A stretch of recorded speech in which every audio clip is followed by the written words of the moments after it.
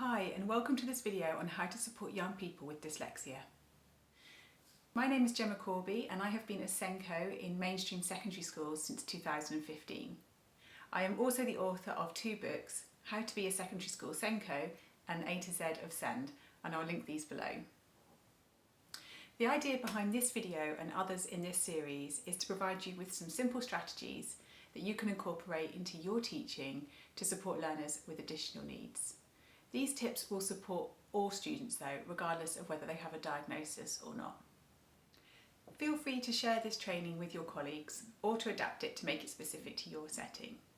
One final thing, I have created a free inclusive classrooms checklist which you can download, and I'll link this below also. I hope you find this training useful. Supporting dyslexic students, 8 easy strategies.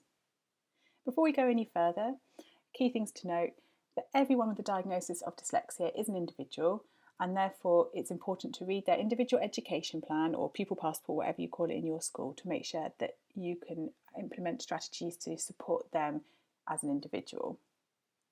Just a few facts to start off with. As many as 1 in 10 people in the UK could have dyslexia. It is often underdiagnosed.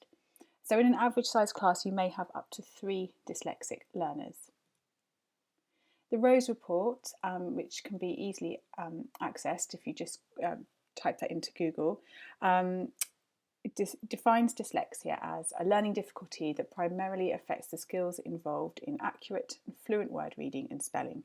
Characteristic features of dyslexia are difficulties in phonological awareness, verbal memory, and verbal processing speed. Dyslexia occurs across all intellectual abilities and is best thought of as a continuum. So our first tip, clarity is key. So I'll just give you a moment to read that. Not so easy, right? So let's break it down. Limit the amount of information you include on PowerPoint slides or worksheets. Ensure the font you use is legible. Old favourites include Comic Sans, Sassoon or Arial. The idea of dyslexia-friendly fonts has been debunked. Really though, it's just about how well spaced the lettering is. Times New Roman or other cursive scripts are difficult for dyslexic learners to read, as are words that are in italics. Use a colour background on your PowerPoint slides and off-white paper for handouts. Again, just a reminder to read the individual education plans of any students with dyslexia, because it may be that they respond better to a certain colour.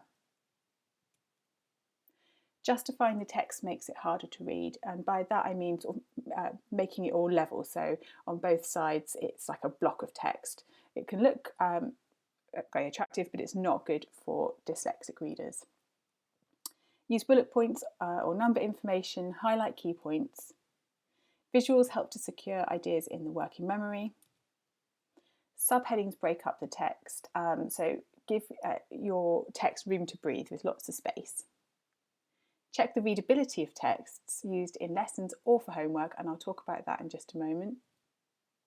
And make sure that text is sufficiently large and that the line spacing is set at 1.5. So whether that's in Word or PowerPoint, just go to paragraph and just make sure that your lines are well spaced out and they're not all bunched together.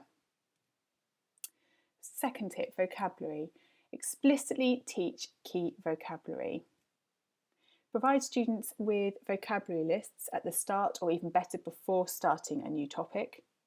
And an easy homework is get them to learn their keywords and then have a quick test at the following lesson, which they can mark themselves. So it's reducing teacher workload. And play vocabulary-based games. So things like Hangman, Scattergories, or Girl Boys it's sometimes called, Pictionary, Taboo, they're all great for getting the students to engage with learning keywords. Spelling. Explore different spelling techniques and make them memorable. So one that I always remember from school, there's a pie in piece of pie. Q is a lonely letter that needs you.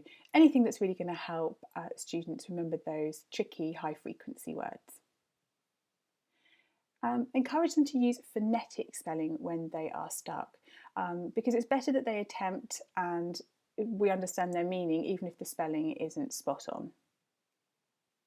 As I'm sure you're aware, Twinkle has some excellent spelling resources. So reading.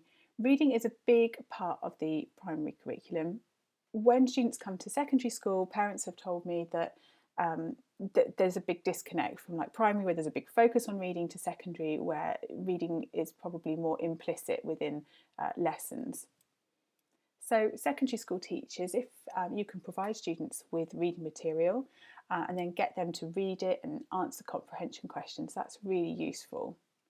For students who maybe find it hard to write down the answers in the given time, just get them to highlight the answers by reading through the text and finding the right answers.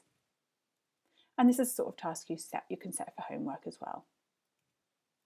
Readability. You can check readability using Word, and I'll show you on the next slide. You can also use this excellent app called the Hemingway app.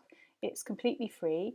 It's also known as the Hemingway editor. You see I've opened it a couple of times already.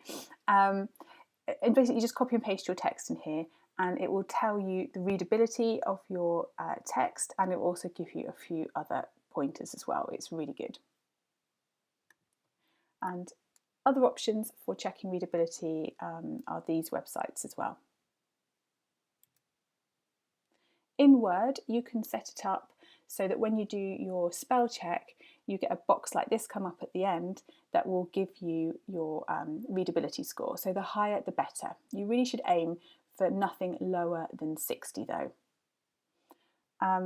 Now, depending on what version of Microsoft Office you have, or depending on your computer, you may have to set it up following different instructions. So rather than me sort of showing you and then not being relevant, if you just do a quick Google search, there's lots of things out there that can help you. Audio and visual support.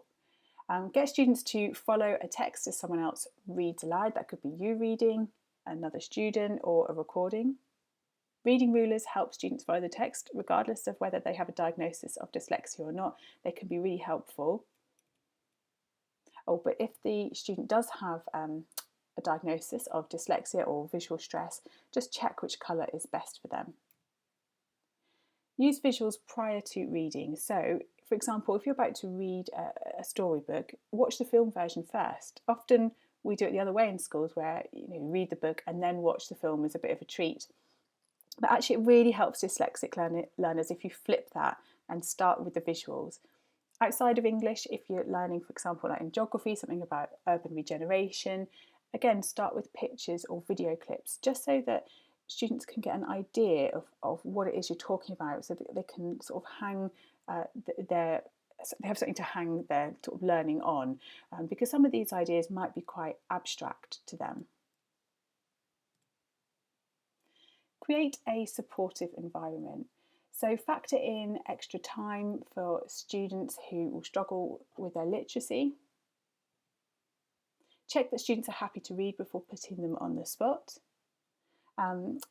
Sometimes I'll go around in a circle and the expectation is that they'll read when it gets to their turn, but I say to them beforehand, if you don't feel like reading today, you can just pass. And often students will actually, even if they say at first that they're a bit reluctant, they will, once it gets round to them, they will give it a go. So it's really about reducing the pressure, and even if they just read 1 or 2 sentences, it's better than them reading nothing at all.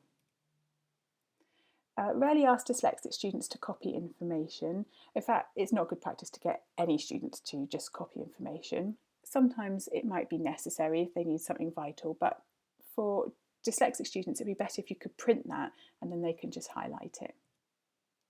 And show students that it's okay to make mistakes. Mind mapping. So some students are intimidated by the blank page. So it's a good practice for them when they are going to do, say, for example, a long answer question in an exam, for them to just do a mind map. It doesn't have to be anything pretty or colour-coded like they might do for, say, revision or something like that. This is just really something they can just scroll down quickly, just to get, it's a bit of a brain dump really, just to get the cogs turning and get the information out of their head and onto the page. Okay, so I'll just pause, you could pause this while you can just go back through and see if you can remember the 8 key points. and here are the answers. Thanks for watching. I hope you found these strategies useful. Please give this video a like if you did. As teachers, we know that feedback is always welcome. Don't forget to download your free Inclusive Classrooms checklist, which is linked below. Also, please check out the other videos in this series. Until next time, bye.